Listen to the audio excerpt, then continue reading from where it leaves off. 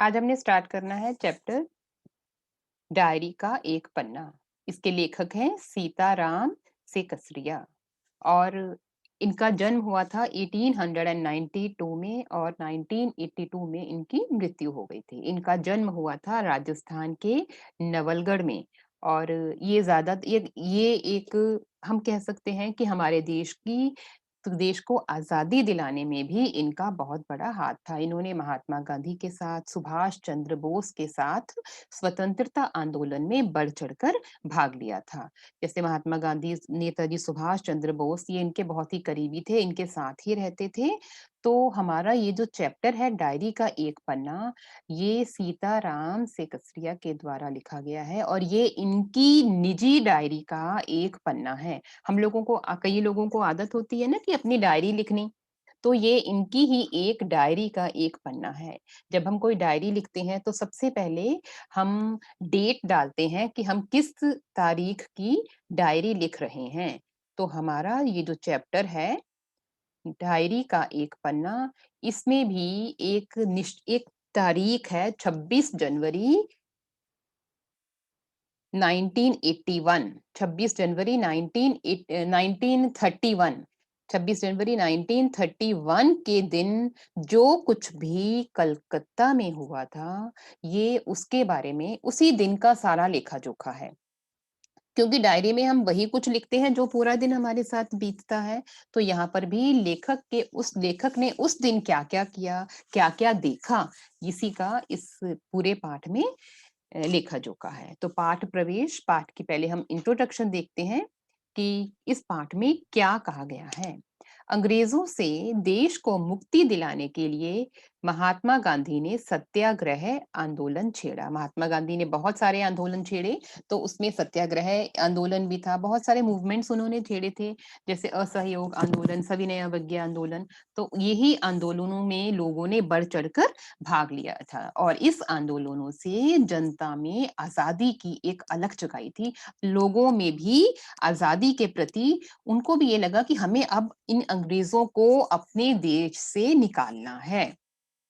और देश भर में ऐसे बहुत से लोग सामने आए जो अपने देश पर अपना सब कुछ न्योछावर करने के लिए तत्पर थे और 26 जनवरी 1930 को गुलाम भारत में पहली बार स्वतंत्रता दिवस मनाया गया था। ये हम पढ़ते हैं हिस्ट्री में भी कि हमने अपना पहला स्वतंत्रता दिवस 26 जनवरी 1930 को मनाया था। तो ये सिलसिला आगे भी जारी रहा था कि हर साल 1930 के बाद 31-32 में हम अपना स्वतंत्रता दिवस मनाते थे क्योंकि हमने खुलेआम एक चैलेंज दे दिया था ब्रिटिशर्स को कि अब हमारा देश आज़ाद है, अब हम आपकी नीतियों के अकॉर्डिंग नहीं चलेंगे।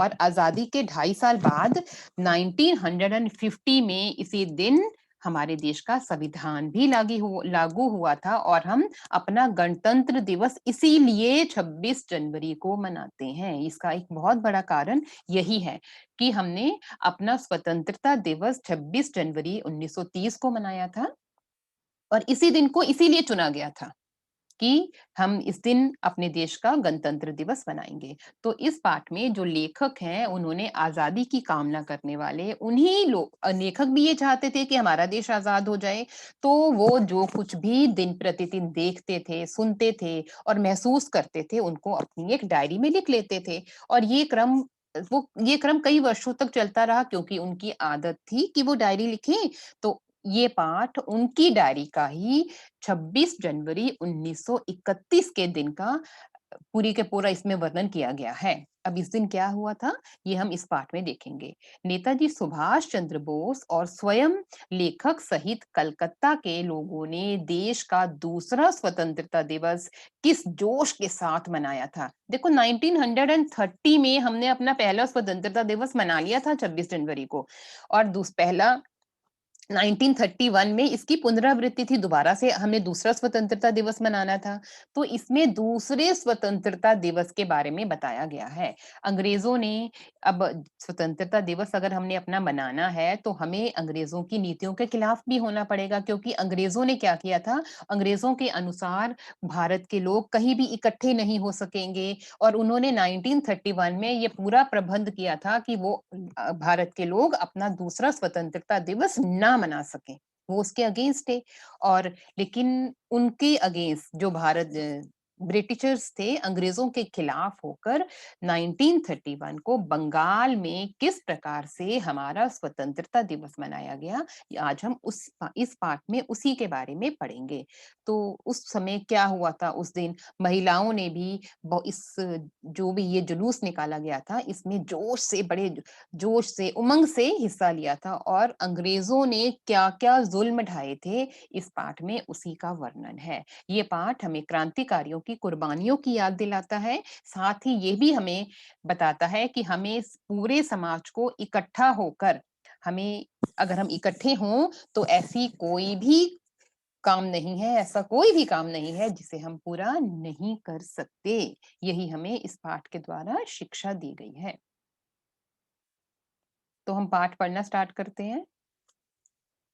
डायरी का एक पन्ना, ये हेडिंग है, और इस कौन सी डेट है? 26 जनवरी 1931। 26 जनवरी, जब भी हम डेट कोई भी अपनी डायरी लिखते हैं, तो हम सबसे पहले हेडिंग हमारा होता है कि डेट, हम किस डेट की वो डायरी लिख रहे हैं। तो उनकी डायरी का ही एक पेज है जो हमारे सामने है, तो उन्होंने भी बिल्कुल ऐसे ही 26 जनवरी का हेडिंग दे दिया था कि 26 जनवरी। आज का दिन तो अमर दिन है। आज का दिन एक ऐसा अमर दिन है जिसको हम कभी भी भुला नहीं सकते। आज के दिन ही सारे हिंदुस्तान में स्वतंत्रता दिवस मनाया गया था। क्यों इम्पोर्टेंट है? क्योंकि आज के दिन 26 जनवरी को ही सारे भारत में स्वतंत्रता दिवस मनाया गया था। पिछले वर्ष 1930 में मनाया गया था, और इस वर्ष भी उसकी पुनरावृत्ति थी। पुनरावृत्ति उसकी दोहराई थी। हम पुनरावृत्ति करते हैं ना, जैसे किसी पाठ की दोहराई करते हैं, तो ये भी इस वर्ष उसकी पुनरावृत्ति थी, दोबारा से हम उसको मना रहे थे, जिसके लिए काफ़ी तैयारियाँ पहले से की गई थी। गत वर्ष अपना हिस्सा बहुत साधारण था। गत वर्ष, गत का मतलब होता है पिछला। पिछले वर्ष हमारा हिस्सा बहुत साधारण था। ये कहा गया था कि जो कलकत्ता के लोग हैं, इन्होंने 1930 में जब हमने स्वतंत्रता दिवस मनाया था, तो कलकत्ता के लोगों ने कुछ नहीं किया था। ये उनको कहा गया था। लेकिन इस बार कलकत्ता के लोगों ने कहा कि हमें ये कहा गया है ना कि कलकत्ता के लोगों ने इस स्वतंत्रता दिवस पर, पिछले वाले स्वतंत्रता दिवस पर कुछ नहीं किया था, तो हम इस बार अपने पूरे जोश के साथ ये स्वतंत्रता दिवस मनाएँगे, और हमारे इस पाठ में उसी दिन का वर्णन है। तो इसीलिए ये जब कहा गया था कि उनका हिस्सा बहुत साधारण था, तो इस वर्ष जितना अपना दे सकते थे, दिया था। इसलिए हमने जो कुछ भी इस साल हम कर सकते थे, हमने किया था। केवल प्रचार में ही ₹2000 खर्च किया गया था। सिर्फ़ उस कि हम स्वतंत्रता दिवस कैसे मनाएँगे, इसके प्रचार में ही ₹2000 बहुत होते थे उस समय, कि ₹2000 सिर्फ़ ये मनाने के लिए कि क्या-क्या तैयारियाँ की गई हैं, इसमें ही खर्च कर दिया गया था। सारे काम का भार अपने समझते थे, अपने ऊपर है, कि रिस्पॉन्सिबिलिटी, हर एक नागरिक ये समझता था कि सारे काम का बोझ मुझ पर ही है। हर कोई अपनी रिस्पॉन्सिबिलिटी समझता था, इसीलिए हर कोई बड़े उत्साह के साथ काम कर रहा था कि अगर मैं काम नहीं करूँगा तो काम नहीं हो पाएगा। ये रिस्पॉन्सिबिलिटी होती है। एक होती है रिस्पॉन्सिबिलिटी कि चलो सभी कर लेंगे, तो वो काम कभी भी सक्सेसफुल नहीं होता है। तो इसीलिए सारे काम का भार अपने समझते थे, अपने ऊपर ही है, और इसी तरह जो कार्यकर्ता थे, उनके घर जा-जाकर समझाया था। सबके जितने भी कार्यकर्ता थे, कार्य करने वाले थे, जो भी उस स्वतंत्रता दिवस को मना रहे थे, वो लोगों के घर में जा-जाकर लोगों को यही समझा रहे थे कि देखो, ये हमारी रिस्पॉन्सिबिलिटी है कि हमने अपने इस स्वतंत्रता दिवस को बड़े जोश के साथ मनाना है, क्योंकि पिछली बार कलकत्ता के लोगों पर ये कहा गया था कि इन्होंने कुछ नहीं किया। तो इस बार हम इस कलंक को धो देंगे। बड़ा बाज़ार एक बाज़ार का नाम है। वहाँ पर प्राय मकानों पर राष्ट्रीय झंडा फहरा रहा था, और वहाँ पे प्राय सभी मकानों में लोगों ने क्या किया था? अपने देश का राष्ट्रीय झंडा फहराया था। क्यों फहराया था? क्योंकि जैसे हम लोग अपनी आज़ादी मनाते हैं, तो हम लोग भी झंडा फहराते हैं। तो उन्होंने भी ये डिक्लेयर कर दिया था कि हम अब आज़ाद हैं, इसीलिए उन्होंने अपने घर के ऊपर एक अपने देश का राष्ट्रीय झंडा फहराया था। और कई मकान तो ऐसे सजाए गए थे, ऐसा मालूम होता था कि मानो स्वतंत्रता मिल गई हो। कई लोगों ने अपने घरों को ऐसे सजाया था कि हमें स्वतंत्रता मिल गई हो। कलकत्ते के प्रत्येक भाग में ही झंडे लगाए गए थे। जिस रास्ते से मनुष्य जाते थे, उसी रास्ते में उत्साह और नवीनता मालूम होती थी। सभी लोग उत्साह से और नवीनता मालूम होती थी कि बड़े उत्साह के साथ उस दिन को वो मना रहे थे। लोगों का कहना था कि ऐसी सजावट पहले कभी नहीं हुई। पुलिस भी अपनी पूरी ताकत से शहर में गश्त देकर प्रदर्शन कर रही थी। अब पुलिस तो करेगी ही करेगी, गश्त देना होता है कि पुलिस सिक्योरिटी करना, दौड़ घूमना फिरना। अब पुलिस क्यों घूमती है? पहरेदारी करती है। इसीलिए जब पुलिस भी अपनी गाड़ियों में गश्त लगा रही थी, घूम फिर रही थी और पूरे शहर को शहर पर निगरानी रखे हुए थी। और लोगों को ये भी दिख रहा था कि पुलिस भी वहां आ रही है। मोटर लारियों में गोरखे तथा सार्जेंट प्रत्येक मोड़ पर तैनात थे और मोटर गाड़ियां भी आ रही थी पुलिस की, गोरखे भी थे, सार्जेंट भी थे जो अंग्रेजों के थे, वो प्रत्येक मोड़ पर तैनात थे। कितनी ही लारियां शहर में घुमाई जा रही थी, लारियां होता है गाड़ियां, कितनी ही ऐसी गाड़ियां थी जो शहर में घुमाई जा रही थी ताकि लोग ये देखें कि पुलिस हर सड़क पर है, पुलिस हर सड़क पर गश्त लगा रही है। घुड़सवारों का भी प्रबंध था, कहीं भी ट्रैफिक पुलिस नहीं थी। ट्रैफिक पुलिस कहीं नहीं थी। क्यों नहीं थी? क्योंकि जो ट्रैफिक पुलिस के लोग थे, वो भी पुलिस का काम ही कर रही थी, वो भी गश्त लगाकर निगरानी कर रही थी। सारी पुलिस को इसी काम में लगाया गया था। बड़े-बड़े पार्कों तथा मैदानों को पुलिस ने सवेरे से ही घेर लिया था। बड़े-बड़े पार्कों को क्यों घेर लिया था? क्योंकि पार्कों में ही स्वतंत्रता दिवस मनाया जाता है, वहाँ पर ही लोग इकट्ठे होते हैं, तो वहाँ पर पहले ही पुलिस पहुँच गई थी। अब पुलिस क्यों पहुँच गई थी? क्योंकि पुलिस नहीं चाहती थी कि लोग इकट्ठे हों और अपना स्वतंत्रता दिवस मनाएँ, इसीलिए लोग पुलिस वहाँ पे तैनात थी।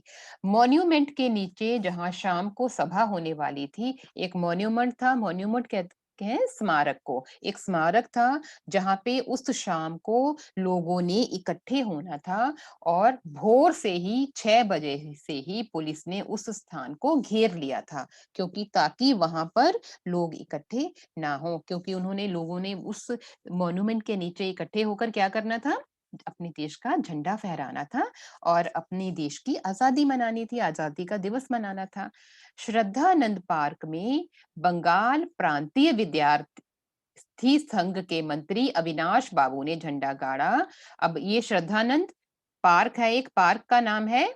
यहाँ पर क्या हुआ था? इस पार्क में बंगाल के विद्यार्थी संघ के एक मंत्री थे अविनाश बाबू, उन्होंने जब झंडा गाड़ा, अपने झंडे को वहां पे गाड़ दिया, वहां पे अपना स्वतंत्रता दिवस मनाने के लिए अपने देश का झंडा जब वहां लहराया, तो पुलिस ने उसे पकड़ लिया और जो लोग थे वहां पे लोगों को मारा या हटा दिया गया, क्योंकि पुलिस नहीं चाहती थी। तो वहां पर लोगों को वहां पे मारा गया और लोगों को वहां से खदेड़ दिया गया।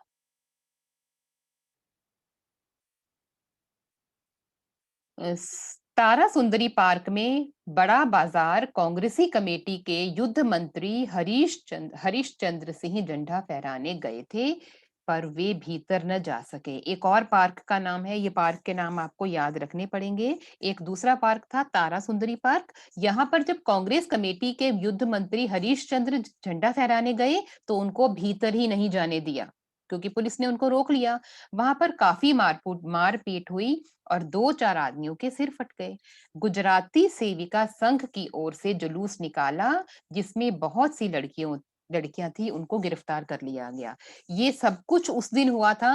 इसलिए ये क्या-क्या हुआ था? एक श्रद्धानंद पार्क में जब झंडा फहराया गया तो अविनाश बाबू को वहां से हटा दिया गया। तारा सुंदरी पार्क में हज़ारों की संख्या में जब हरीश चंद्र सिंह झंडा फहराने गए तो उनको भीतर नहीं जाने दिया। इसके बाद गुजराती सेविका संघ की ओर से जब जुलूस निकाला गया, जिसमें लड़कियां थी तो उनको गिरफ्तार कर लिया गया।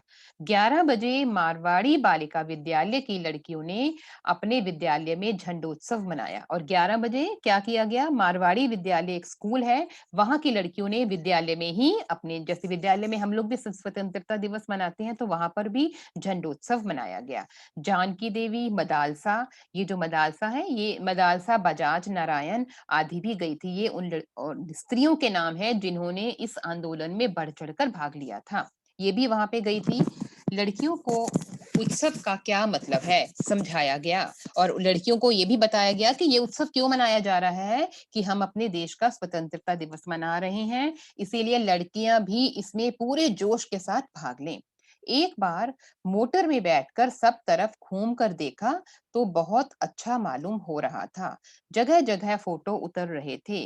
अपने ही फोटो का काफी काफी प्रबंध किया गया था। 2-3 बजे कई आदमियों को पकड़ लिया गया, जिसमें मुख्य पूर्णो दास और पुरुषोत्तम दास थे। तो मोटर गाड़ियों में जाकर देखा जा रहा था, फोटो भी कई जगह पे उतारे जा रहे थे, मतलब फोटोज़ खींची जा रही थी उनके, फोटो खींचने का भी काफ़ी प्रबंध किया गया था। क्यों किया गया था? कि जो कुछ भी वहाँ हो रहा था, उसको कैमरे में कैद कर लिया गया था। लोग फ़ोटो भी खींच रहे थे कि अंग्रेज़ हमारे साथ कैसा व्यवहार कर रहे हैं। और 2-3 बजे तक कई आदमियों को पकड़ लिया गया था, कई आदमियों को गिरफ्तार कर लिया था पुलिस ने, जिसमें मुख्य रूप से पूर्णोदास और पुरुषोत्तम राय थे। सुभाष बाबू के जुलूस का भार जो सुभाष चंद्र बोस ने भी एक जुलूस निकालना था क्योंकि वो प्रधान थे यहाँ के और उस जुलूस का भार पूर्णो दास पर था पर यह प्रबंध कर चुका था। स्त्री समाज अपनी तैयारी में लगा था हर तरह से सुभाष बाबू चाहे सुभाष चंद्र बोस थे चाहे पूर्णोदास थे सभी लोग अपनी अपनी तरह से इस जुलूस को झंडा फहराने का प्रबंध कर चुके थे स्त्री समाज भी अपनी पूरी तैयारी में लगा था जगह जगह से स्त्रियां अपना जुलूस निकालने की तथा ठीक स्थान पर पहुंचने की कोशिश कर रही थी ठीक स्थान पर कौन सा मॉन्यूमेंट के नीचे क्योंकि शाम को वहां पर झंडा फहराना था मॉन्यूमेंट के पास जैसा प्रबंध भोर में था वैसा करीब 1 बजे नहीं रहा। सुबह क्या था वहां पे पुलिस खड़ी थी वहां पे और शाम को क्या हुआ 1 बजे ऐसा नहीं रहा। इससे लोगों को आशा होने लगी कि शायद पुलिस अपना रंग ना दिखलावे पर वह कब रुकने वाली थी पुलिस जब वहां पे नहीं थी तो लोगों को लगा कि पुलिस शायद कुछ नहीं करेगी लेकिन 3 बजते बजते ही मैदान में हजारों की संख्या में भीड़ होने लगी 1 बजे तक वहां पे कुछ नहीं था लेकिन ऐसे लगा था कि शायद यहाँ कुछ नहीं होगा लेकिन 3 बजते-बजते हजारों की संख्या में आदमी वहां पहुंचने लगे लोग टोलियां टोलियां होता है झुंड लोग झुंड बना बनाकर मैदान में घूमने लगे आज जो बात थी वह निराली थी और ये बहुत इंपॉर्टेंट लाइन है आज जो बात थी वो बहुत निराली थी ये ऊपर वाली सारी बातें आज हो रही थी यही इसी बात को निराली कहा गया था क्या क्या बातें निराली थी पहली बात है कि स्वतंत्रता दिवस मनाना था, पुलिस ने मना किया था, फिर भी लोग इकट्ठे हो रहे थे, लोगों में जोश था, लोगों ने अपने घरों के ऊपर आज़ादी मनाने के लिए तिरंगा फहरा रखा था, पूरे बाज़ारों को सजाया गया था, लोगों ने अपने घर सजाए थे, इसीलिए ये कहा गया कि आज जो बात थी वो निराली थी, क्योंकि पिछले साल ऐसा कुछ भी नहीं था। जब से कानून भंग का काम शुरू हुआ है, तब से आज तक इतनी बड़ी सभा ऐसे मैदान में नहीं की गई थी। जब से कानून भंग का मतलब है कि पुलिस ने ये बताया, यहाँ तक ही बेटा हम करेंगे अब 4 मिनट्स रह गए हैं। यहाँ तक टिक कर लो, यहाँ तक हम करेंगे, इसके बाद हम कल हमारा पीरियड है, कल हम यहाँ से स्टार्ट करेंगे।